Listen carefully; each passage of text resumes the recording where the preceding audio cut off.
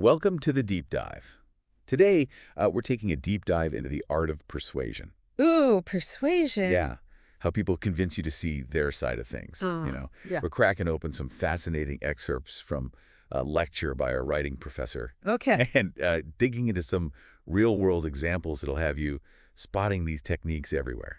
I love it. Yeah. It's remarkable how these techniques, they're called Pathos, and Logos. They've been around for centuries, Really? all the way back to Aristotle. Aristotle. Oh, Wow, talk about standing the test of time. I know. So let's break it down.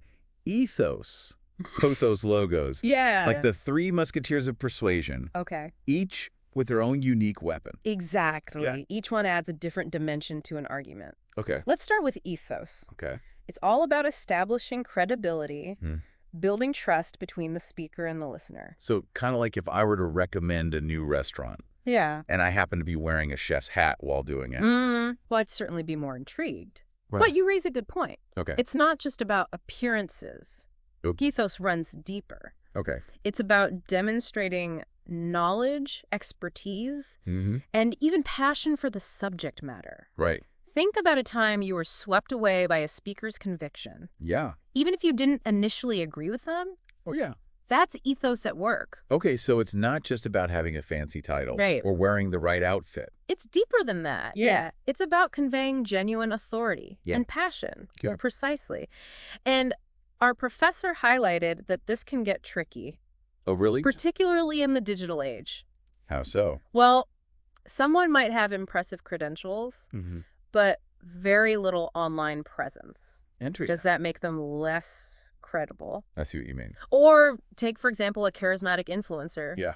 with millions of followers, Mm-hmm. but no real expertise in, say, finance. They might still hold sway over their audience's investment decisions. That's a really good point. Yeah. So it's like ethos can be amplified or undermined depending on the platform and the context. Yeah, It's not as straightforward as it used to be. absolutely. Yeah. And that's why it's crucial to examine the source, their motivations, Mm. and the potential biases they might bring to the table. Right. You got to look under the hood a little bit. Exactly. Be a critical consumer of information. Yeah, for sure. Yeah, it's like anyone can put on a lab coat in their social media profile picture these days. Right. Makes you wonder who to trust. Exactly. And that's where critical thinking becomes crucial. Yeah. But even with a trustworthy source, a persuasive argument needs more than just credibility. Okay. That's where pathos comes in. Pathos. The art of appealing to emotions. Pathos, it's giving heartstring tug, right? Yes. I'm thinking of those commercials with the sad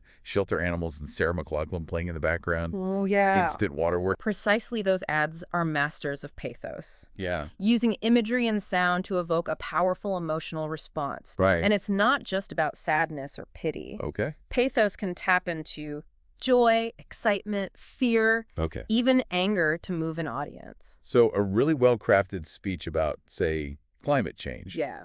wouldn't just bombard me with facts and figures. Right. It would also make me feel something, Yeah. connect with the issue on a deeper level. Exactly. Think about the difference between a dry report on the effects of deforestation Okay. and a poignant story about a community losing its ancestral home. Wow, yeah. Both convey important information, Right. but the story with its use of pathos is more likely to inspire action.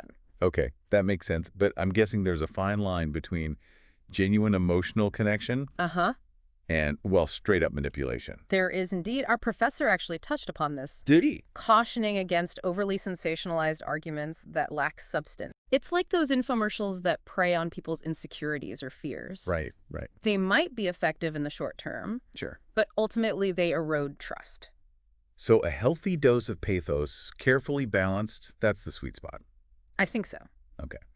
What about the logical side of things? Where does logos fit into all of this? Logos is the backbone of any sound argument. Okay. It's about presenting your case with clear reasoning, evidence, and logical structure. So if ethos is the charismatic friend who gets your attention, Okay. and pathos is the heartfelt story that moves you, Yeah. then logos is the rock-solid evidence that convinces you to actually change your mind about something. Precisely. Got it. Think of it this way. You're considering a new fitness tracker. Okay. A celebrity you admire might endorse it. Right. Ethos. Ethos, right. And the ad might show inspiring stories of people achieving their fitness goals. Yeah. Pathos. Pathos got it. But ultimately, you're going to look at the features, the reviews, maybe even some scientific studies on its effectiveness. Oh, interesting. Logos. Logos. Okay. Yeah.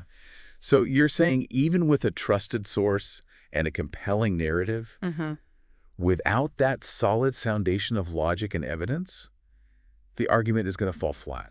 Exactly. And our professor emphasized that this is especially important when navigating the sheer volume of information we encounter daily. It's like that saying, in the age of misinformation, everyone's an expert. Precisely. Right. We need logos more than ever to sift through the noise and discern fact from fiction. So it's like having a BS detector built right into our brains. Yeah. And logos is the power source. Oh, I love that analogy. Yeah. And our professor gave a great example of this. Oh, really? He showed an online ad for a new herbal supplement that claimed to boost energy levels. Okay. The ad featured testimonials from people who looked and sounded incredibly enthusiastic about how the supplement had changed their lives. Okay, so they're hitting us with the pathos. Yeah. Appealing to our desire to feel more energized and maybe even a little envious of those super peppy people in the ad. Right. Yeah. But when the professor dug a little deeper, he found that the company hadn't conducted any actual scientific studies to back up their claims. Interesting. They were relying solely on anecdotal evidence and emotional appeals. So no logos.